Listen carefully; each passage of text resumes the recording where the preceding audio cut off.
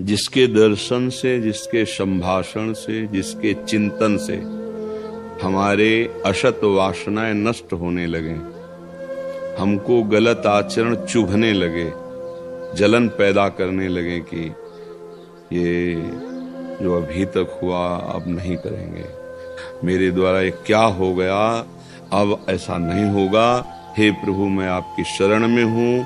ऐसा जिसके दर्शन से, संभाषण से, जिसके चिंतन से असत वृत्तियों का नाश होने लगे, असत आचरणों से बचने की हमारे अंदर भावना होने लगे, सबसे पहली पहचान ये संत संग हो रहा है।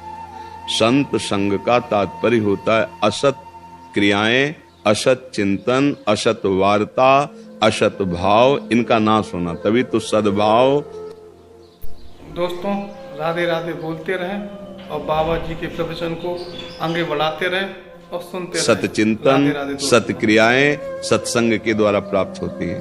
संत वही जिसके दर्शन से, संभाषण से, चिंतन से हमारी अशद वासनाएं मिटने लगे, सद्वासना जागृत होने लगे।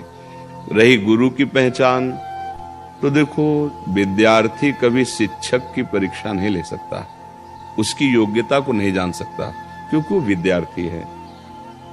अब हम किसी सिद्ध महापुरुष की स्थिति को कैसे आकलन कर सकते हैं, क्योंकि जो हमारी बुद्धि है, मन है, वो प्राकृतिक चिंतन करने वाला है, तो हम प्रकृति जनित ही बातों को जान सकते हैं। भाई सामने शरीर देखेंगे, उसका रूप देखेंगे, उसकी बात देखेंगे, जितनी हमारी बुद्धि पकड़ पा रही, और इन सब से परे स्थिति होती है। शरीर कितना भयानक दुख से वर्तमान में ग्रसित है, कोई बाहरी ऐसी बात हो सकती है जो तुम्हें लगे कि ऐसा सब होते, वो एक परमानंद की अद्भुत स्थिति में अंदर से, वो तुम देख ही नहीं सकते।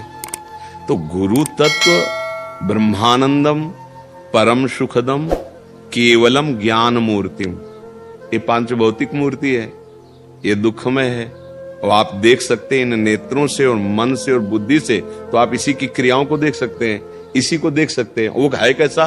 जो गुरु है वो ब्रह्मानंदम परम सुखदम केवलम ज्ञान मूर्तिम द्वंद्वातीतम गगन सदसम तत्वमस्यादि लक्ष्यम एकम नित्यम विमल अचलम सर्वधी साक्षिभूतम भावातीतम त्रिगुण रहितम सद्गुरुम तम नमामि।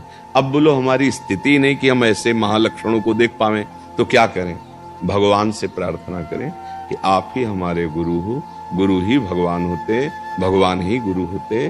कोई व्यक्ति किसी का गुरु नहीं बन सकता और गुरु कभी व्यक्ति नहीं हो सकता, दोनों बात समझ लिए। तो हम भगवान से प्रार्थना करें कि हे भगवान, आप जिस रूप में गुरुदेव रूप से मिलना चाहते हो, या आप हमारे पास आ जाओ या हमको आप घसीट लो।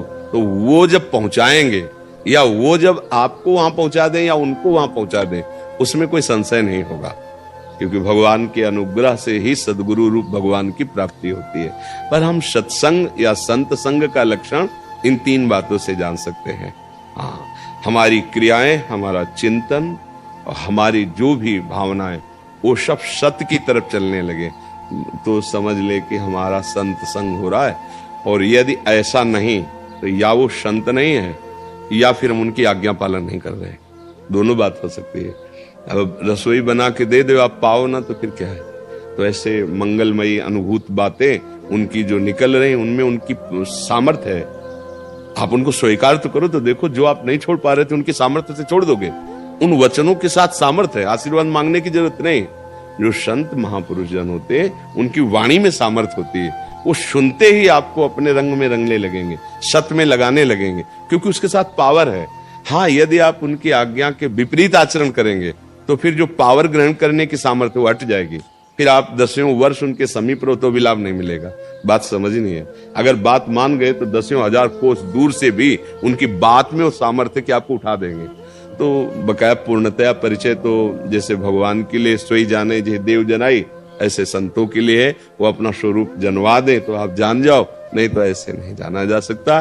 क्योंकि मन बुद्धि नेत्र हमारे जो भी है, ये सब प्राकृतिक है और स्थिति चिदानंद होती है। तो चिदानंद में स्थिति को चिदानंद के द्वारा ही जाना जा सकता है। तो सोई जाने जे देव जनाई, अगर जान गए तो जानत तुम वही हो जाओगे। वीडियो को लाइक करें और चैनल को सब्सक्राइब करें और राधे राधे कमेंट में जरूर लिख दिया करें।